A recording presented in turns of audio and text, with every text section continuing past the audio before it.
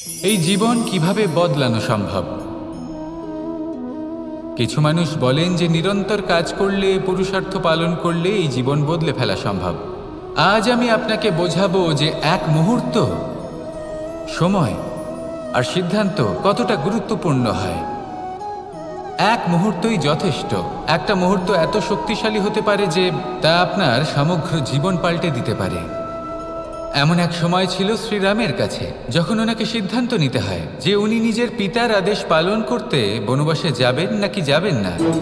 উনি সেই আদেশ পালন করেছিলেন, তারপর সময় অনুসারে উপযুক্ত সিদ্ধান্ত নিলেন। আর আজ সকলের মনে বসবাস করেন শ্রীরাম। আর অন্যদিকে আছে রাবণ। ওনার কাছে একটা সময় ছিল, একটা সুযোগ ছিল নিজের প্রারব্ধকে শুভ করে তোলার। উনি ভুল করলেন আর মৃত্যু লাভ করলেন। নির্বাচন সবসময় আপনার হাতে, শুধু আপনাকে সময়কে বুঝতে হবে, সেই মুহূর্তকে বুঝতে হবে আর উচিত সিদ্ধান্ত নিতে হবে, ব্যাস। বুঝতে শিখুন এই সময়ের দাবি কি, বুঝতে শিখুন এই সময়ের ইচ্ছে কি, আর উচিত সিদ্ধান্ত নিন। আর আমার সাথে ভালোবেসে বলুন, রাধা রাধা। জ্ঞান এবং অহংকার, এই দুইয়ের মধ্যে সম্পর্ক কোথায়? সম্পর্ক ঠিক সেরকম যেরকম হাত এবং কাঁকনের, যেমন চোখ এবং দৃষ্টির সম্পর্ক। এবার আপনি বলবেন, এ আমি কি বলছি? জ্ঞান এবং অহংকারের এমন সম্পর্ক কি করে হতে পারে? দেখুন, যে ব্যক্তি জ্ঞানী, যার কাছে জ্ঞান রয়েছে এবং তিনি জানেন যে তার কাছে জ্ঞান রয়েছে, তার মধ্যে নিজে থেকেই অহংবোধ জাগ্রত হয়। খুব কম সংখ্যক এমন জ্ঞানী ব্যক্তি আছেন যারা নিজেদের অহংকারের বিষয়ে আঁচ করতে পারেন। প্রকৃত জ্ঞানী হলেন তিনি, যিনি নিজের জ্ঞানের সদ্ব্যবহার করে অহংকারকে দূর করেন। উচিত সময়ে বুঝে যান, নিজের অন্তর যাচাই করে এই বিষয়টা দেখেন যে তার অন্তরে অহংবোধ জাগ্রত হচ্ছে এবং নিজেকে সেখানেই থামিয়ে দেন, যাতে অহংকারের পথে তিনি অগ্রসর না হয়ে যান। এই অহংকার কখন উচিত, কখন অনুচিত, কখন প্রয়োগ করা উচিত, উচিত নয়, কখন বাধা দেওয়া উচিত, এটা শেখা অত্যন্ত প্রয়োজনীয়। আর যদি এটা আপনি শিখতে পারেন, তাহলে আপনি একজন জ্ঞানীও হয়ে উঠবেন এবং সুখীও থাকবেন। তাই মনে রাখবেন, এই জ্ঞান নিয়ে কখনোই অহংকার করবেন না, বরং সবসময় নিজের অহংবোধের বিষয়ে প্রকৃত ধারণা রাখবেন। আসুন আমার সাথে ভালোবেসে বলুন, রাধা রাধা। আমাদের জীবনে 7 ধরনের সুখ আছে, আর সেগুলো লাভ করার জন্য আমরা অত্যন্ত প্রচেষ্টা করি। কিন্তু কোনো প্রচেষ্টা করার পূর্বে তা কিভাবে করব সেটা বোঝা খুব প্রয়োজন, আর সেখানেই আমরা ভুল করে থাকি। যে কাজটা আমাদের পরে করা উচিত, সেটাই আমরা আগে করে বসি। আপনাকে স্পষ্ট করে বোঝাই, প্রত্যেক সুখের সাথে 2টি ক্রিয়া জড়িত থাকে। এবার যখন আমরা ধনের কথা বলি, তখনও 2টি ক্রিয়া জুড়ে থাকে। প্রথম ক্রিয়া হলো ধন অর্জন করা, দ্বিতীয় ক্রিয়া হলো ধনের ব্যবহার করা।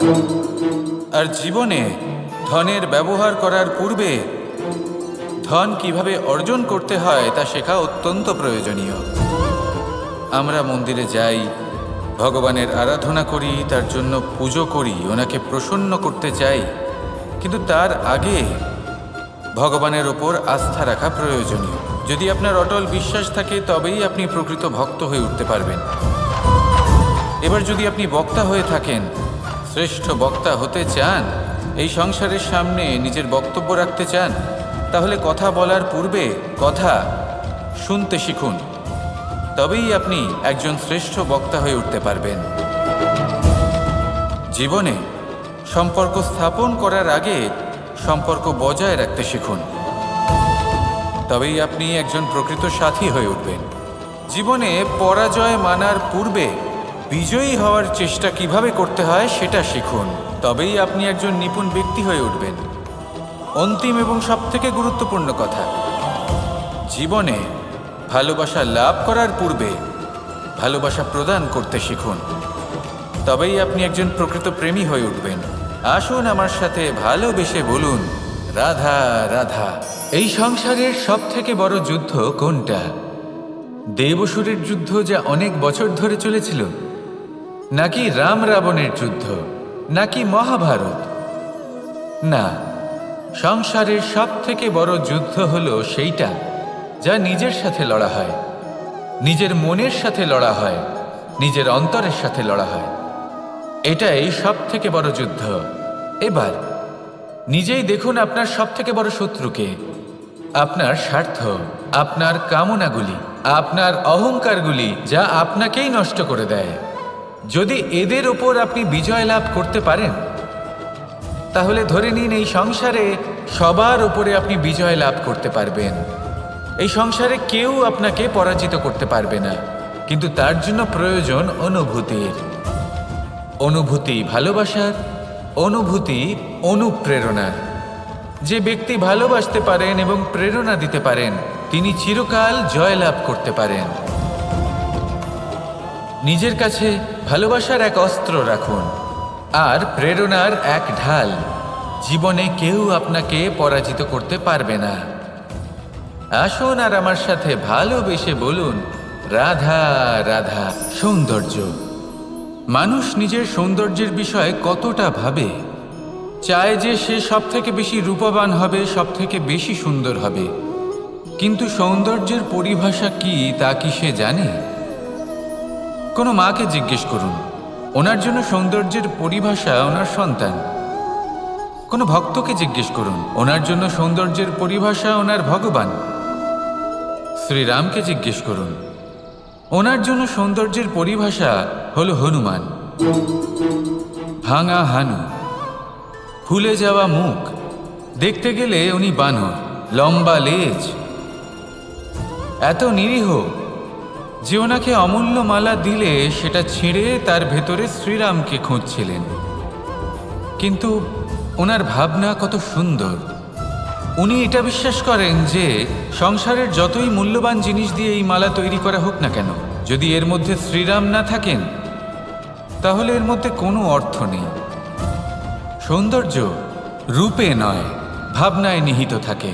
যদি আপনি সৌন্দর্য প্রাপ্ত করতে চান তাহলে তা কর্মে নিয়ে আসুন, ভাবনায় এবং বিচারে নিয়ে আসুন। এই সৌন্দর্য আপনার সাথেই থাকবে। যদি আপনি সৌন্দর্যকে রূপের মধ্যে খোঁজেন তাহলে কিছুক্ষণের জন্য পাবেন, সেই সৌন্দর্য সময়ের সাথে হারিয়ে যাবে। সৌন্দর্য যদি পেতে চান, খুঁজতেই চান, তাহলে হৃদয় খুঁজুন, কর্মে খুঁজুন। মন প্রসন্ন হয়ে বলবে, রাধা রাধা। এই সংসারে মানুষ জন্মগ্রহণ করেন, বড় হতে থাকেন, পুরুষার্থ লাভ করেন, অর্জন করেন। অর্জন করা আসলে কি? বেশিরভাগ মানুষ বলেন অর্জন করা অর্থাৎ ধন সম্পত্তি অর্জন করা। আর কি অর্জন করা যায়? আর কি লাভ করা যায়? আসল প্রশ্ন হলো এটাই যে কি এমন আছে যা বাস্তব রূপে অর্জন করার যোগ্য। তা হলো ব্যবহার, জ্ঞান এবং সন্তোষ। কেন? কারণ আপনি যখন এই সংসার ছেড়ে চলে যাবেন তখন আপনার ধন সম্পত্তি আপনাকে বিদায় জানাতে আসবে না। আপনাকে বিদায় জানাতে আসবে আপনার আপনজন, যাদের সাথে আপনার সুসম্পর্ক ছিল। সমগ্র সংসারে সহস্র মানুষ ধন অর্জন করে থাকেন। শ্রেষ্ঠ মানুষ হলেন তিনি যিনি ব্যবহার, জ্ঞান এবং সন্তোষ অর্জন করে থাকেন, একে সকলের মধ্যে বিতরণ করেন। তাই এটাই করুন আর আমার সাথে ভালোবেসে বলুন, রাধা রাধা। সেই কখন থেকে এই পুস্তকটিকে দেখছি, কিন্তু এর থেকে আমি কোনো জ্ঞান লাভ করতেই পারছি না। এবার আপনি বলবেন যে আজ কেমন বিচিত্র কথা বলছি আমি। যদি এই পুস্তক থেকে আমাকে জ্ঞান লাভ করতে হয় তাহলে শুধুই তাকিয়ে থাকলে হবে না। আমাকে এই পুস্তককে খুলতে হবে, পড়তে হবে, তাকে বুঝতে হবে, তবেই তো জ্ঞান প্রাপ্তি হবে। বড়ই সহজ একটা ব্যাপার, কিন্তু একে যাপন করা অত্যন্ত কঠিন, তাই না? আপনি নিজেকেই দেখে নিন। আপনার কাছে অনেক জ্ঞান রয়েছে। সহজ থেকে সহজতর জ্ঞানের কথা যদি বলি, আপনি এটুকু তো জানেন যে সত্যি কথা বলা ভালো কাজ, দান করা হলো পুণ্যের কাজ। আপনি জানেন যে পরিশ্রম করলে সাফল্য আসবে। এই জ্ঞান তো আমাদের কাছে রয়েছে, এমন অনেক জ্ঞান আমাদের কাছে রয়েছে, কিন্তু আলস্যের কারণে, অবহেলা করে আমরা শুধু এই জ্ঞান প্রয়োগ করতে পারি না, এই জ্ঞান যাপন করতে পারি না, একে আচরণে প্রয়োগ করতে পারি না, সেই জন্য দুঃখী হয়ে যাই। তাই আপনার কাছে যা যা জ্ঞান আছে, যা যা জ্ঞান আপনি লাভ করেছেন, সেই জ্ঞান যাপন করা শুরু করুন, জীবনে প্রয়োগ করতে শুরু করুন। এই মন প্রত্যেকটি মুহূর্তে প্রসন্ন থাকবে, আর লক্ষ্যপ্রাপ্ত করে এই মন বলবে রাধা রাধা। একটা জলের ফোঁটাকে ফোঁটা নামে সম্বোধন করা হয়। অনেক ফোঁটা একত্রিত হলে সাগরের রূপ ধারণ করে। শুধু একটা পাতাকে পাতা বলা হয়, অন্য অনেক পাতার সাথে একত্রিত হলে তা গ্রন্থের রূপ ধারণ করে। একটা মাত্র সুতো অন্য সুতোর সাথে মিলিত হলে বস্ত্রের রূপ ধারণ করে। অনেক সংখ্যক ইট একত্রিত হলে মহলের রূপ ধারণ করে। সৈন্যরা একত্রিত হলে সৈন্যদল তৈরি হতে পারে। এটা হলো শক্তি সংগঠনের, এটাই হলো শক্তি একতার। তা সে বনস্পতি হোক বা কোনো ব্যক্তিই হোক, কোনো মনোভাবই হোক, যদি একা থাকে তাহলে দুর্বল হয়ে পড়বে। যদি সংগঠিত থাকে তাহলে শক্তিও বাড়বে আর আপনাকে সামনে এগিয়েও নিয়ে যাবে। তাই এই একতায় বিশ্বাস রাখুন আর আমার সাথে ভালোবেসে বলুন রাধা রাধা। এমন কিছু রয়েছে মানুষের মনে, তাদের জীবনে এমন এক আবেগ যা সর্বজন বিদিত, যা সবাই জানেন যে উপস্থিত আছে। সেটাকে আমরা সমস্যা বলে থাকি। এমনিতে আমরা সকলেই জানি যে এমন কোনো গৃহ নেই যেখানে মৃত্যুর ছায়া পড়েনি, এমন কোনো বৃক্ষ নেই যার দ্বারা ওষুধ তৈরি সম্ভব নয়, এমন কোনো অন্ন নেই যা সময়ের সাথে বিষ বা অমৃতে পরিণত হতে পারে। এবার এই সমস্যাগুলি কোনো ব্যক্তির জন্য সমস্যা হতে পারে, কিন্তু নিজে থেকে এরা কোনো সমস্যাই নয়। এরা আসে আমাদের সাহায্য করতে, আমাদের কিছু শেখাতে। আপনি নিজেই দেখুন, পর্বতের শিখর থেকে কোনো এক পাখি পড়ে গিয়ে নিজের প্রাণ ত্যাগ করল। সেটা কখন সম্ভব? যখন সেই পাখি ওড়ার চেষ্টাই করে না। তখন যখন কোনো ব্যক্তি জলে পড়ে যান এবং ডুবে গিয়ে নিজের প্রাণ হারান, এর সম্ভাবনা কখন বেশি থাকে? যখন সেই ব্যক্তি সাঁতার কাটার চেষ্টাই করেন না। তখন এই সমস্যা প্রত্যেকের জীবনে থাকবেই, কিন্তু এটা মনে রাখা প্রয়োজনীয় যে কোনো সমস্যা পরিস্থিতির কারণে সমস্যা হয়ে ওঠে না। এই পরিস্থিতি যখন আমাদের সামনে আসে, আমাদের তা কঠিন মনে হয়, আমরা নতমস্তক হয়ে পড়ি, ভয়ভীত হয়ে পড়ি, তার সম্মুখীন হতে পারি না। তখন তা সমস্যার রূপ নেয়। দৃঢ় হয়ে দাঁড়িয়ে থাকুন সাহসের সাথে, এই পরিস্থিতিগুলির সম্মুখীন হন, দেখবেন সমস্যা কখন সাফল্যে পরিণত হবে আপনি জানতেই পারবেন না। আসুন আমার সাথে ভালোবেসে বলুন রাধা রাধা।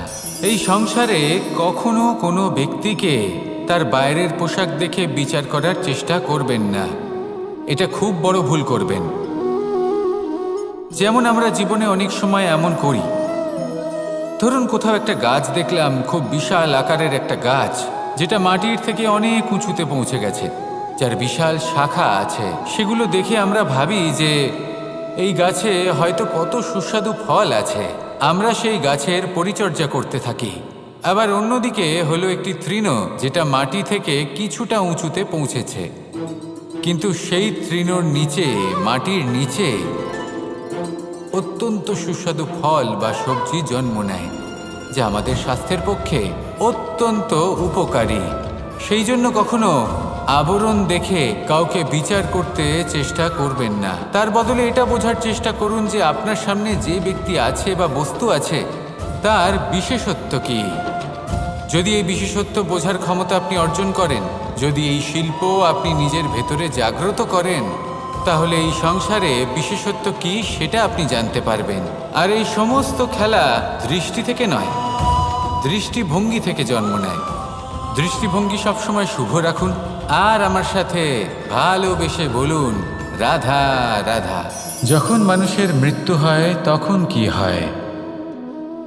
অনেক সংখ্যক মানুষ শোক পালন করতে চলে আসেন। যে ব্যক্তি মৃত্যু লাভ করেছেন তার অনেক বস্তু থাকে যেগুলো তার প্রিয়, যেগুলো তিনি ব্যবহার করেছেন। তার শয্যা, তার বস্ত্র, তার আভূষণ, সব কিছু তার থেকে বিচ্ছিন্ন করা হয়। এবং খালি হাতে তাকে শ্মশানের উদ্দেশ্যে রওনা করা হয়। আমি আপনাকে এই প্রশ্ন করতে চাই, আপনি এই সংসারে কি অর্জন করেছেন? ধন, সম্পত্তি, বস্ত্র, আভূষণ, এই সব কিছু যে আপনি অর্জন করেছেন, আপনার মৃত্যুর পরে তা আপনার থেকে দূর হয়ে যাবে। এর উত্তর হলো একটাই, আপনার কর্ম। শুধু সেটাই আছে যা একান্ত আপনার, আর শুধু সেটাই এই সংসার থেকে চলে যাওয়ার পরেও সংসারেই জীবিত থাকবে। যদি আপনি দুষ্কর্ম করেন, তাহলে এই সংসার আপনাকে একটি অনুচিত উদাহরণ হিসেবে মনে রাখবে যে এই ব্যক্তি খুব পাপী ছিল, অনুচিত কর্ম করতেন। যে পথে তিনি চলেছেন সেই পথে কারোর চলা উচিত নয়। সেখানেই যদি আপনি সৎকর্ম করেন, তাহলে সংসার চিরকাল এটাই বলবে যে খুব ভালো মানুষ ছিলেন, সবাইকে ভালোবাসতেন, সবাইকে সাহায্য করতেন, আমার খুব প্রিয় মানুষ ছিলেন। এটাই হলো শ্রেষ্ঠ কর্ম। সেই জন্য জীবনে শুধুমাত্র ধন, সম্পত্তি, আভূষণ এই সব অর্জন করতে গিয়ে নিজের মনোনিবেশ করবেন না। শ্রেষ্ঠ কর্ম করুন। সংসার থেকে চলে যাওয়ার পরেও এই কর্মই এই সংসারে আপনাকে জীবিত রাখবে। আসুন আমার সাথে ভালোবেসে বলুন, রাধা রাধা। আমরা সবাই সূর্যকে সম্মান করি, ওনাকে শ্রদ্ধা করি, ওনাকে পুজো করি। এই সূর্য আমাদের শক্তি প্রদান করেন, প্রকাশ প্রদান করেন। কখনো কখনো উষ্ণতা এতটাই বাড়িয়ে তোলেন, এতটাই তপ্ত করে তোলেন, আমাদের একথা মনে হয় যে আমাদের এই শরীর জ্বলে যাচ্ছে। তখনও আমরা বিরোধিতা করি না, তাকে কটু কথা শোনাই না, আমরা সসম্মানে তা গ্রহণ করি। কেন কেন করি? কারণ আমরা জানি যে সন্ধেবেলা যখন সূর্যাস্ত হবে, তখন শুধুমাত্র অন্ধকার বাকি থাকবে। ঠিক কিছুটা এরকমই হয় আমাদের মাতা পিতাও, যিনি আমাদের জন্ম দেন, আমাদের ভরণ পোষণ করেন, আমাদের বড় করেন, আমাদের প্রেম প্রদান করেন। কখনো কখনো তাদের মুখ থেকে কটু কথা নিঃসৃত হয়, আমাদের দুঃখ হয়, কিন্তু তখন আমাদের এটা বোঝা উচিত এগুলি নিঃসৃত হচ্ছে আমাদেরই মঙ্গলের জন্য। যেমন সূর্যদেব, উনিও উত্তাপ দিয়ে থাকেন আমাদেরই মঙ্গলের জন্য, যাতে ফসল পাকতে পারে, যাতে জল বাষ্প হয়ে মেঘ হতে পারে, বৃষ্টি হতে পারে, আর এই সংসারে নিরন্তর জলের প্রবাহ থাকে। আমাদের মাতা পিতা, তাদের কঠোর আচরণ, তাদের কঠোর অনুশাসনের পেছনে লুকিয়ে থাকে ওনাদের ভালোবাসা। আমাদের তা বুঝতে হবে, সসম্মানে ওনাদের গ্রহণ করতে হবে। কারণ ঠিক সূর্যাস্তের পরে যেমন চতুর্দিক অন্ধকারচ্ছন্ন হয়ে যায়, তেমনি আমাদের জীবন থেকে যখন আমাদের মাতা পিতা চলে যায়, তখন আমাদের জীবনেও শুধু এবং শুধুমাত্র অন্ধকারই ছেয়ে থাকে। সেই জন্য নিজের মাতা পিতাকে সম্মান করুন, ওনাদের ভালোবাসা প্রদান করুন। এই মন আর এই জীবন প্রসন্ন হয়ে বলবে, রাধা রাধা। পরিস্থিতি কখনো এটা ভালো থাকে, আবার কখনো মন্দ হয়ে যায়। কখনো এই পরিস্থিতি আমাদের পক্ষে থাকে, আর কখনো এই পরিস্থিতি অনুযায়ী আমাদের চলতে হয়। কোনো বিকল্প থাকে না। কিন্তু যখনই এই পরিস্থিতি খারাপ হয়ে যায়, তখন কি করা উচিত সেই প্রশ্ন মনে জেগে ওঠে। পরিস্থিতি যখন প্রতিকূল হয়, তখন আমরা কিছু হারালে তা হারিয়ে ফেলি, ঠিক আছে, কিন্তু যা বাকি আছে সেটা আমরা আগলে রাখতে পারি। পরিস্থিতিকে সামলে রাখার চেষ্টা আমরা অবশ্যই করতে পারি, শুধু সেটুকুই আমাদের হাতে রয়েছে। কিন্তু এর থেকেও বড় সমস্যা আছে, অহংকার। কখন প্রবেশ করে আমরা জানতেও পারি না। এই অহংকার আপনাকে বুঝতেও দেবে না যে আপনি সত্যি কিছু হারিয়েছেন।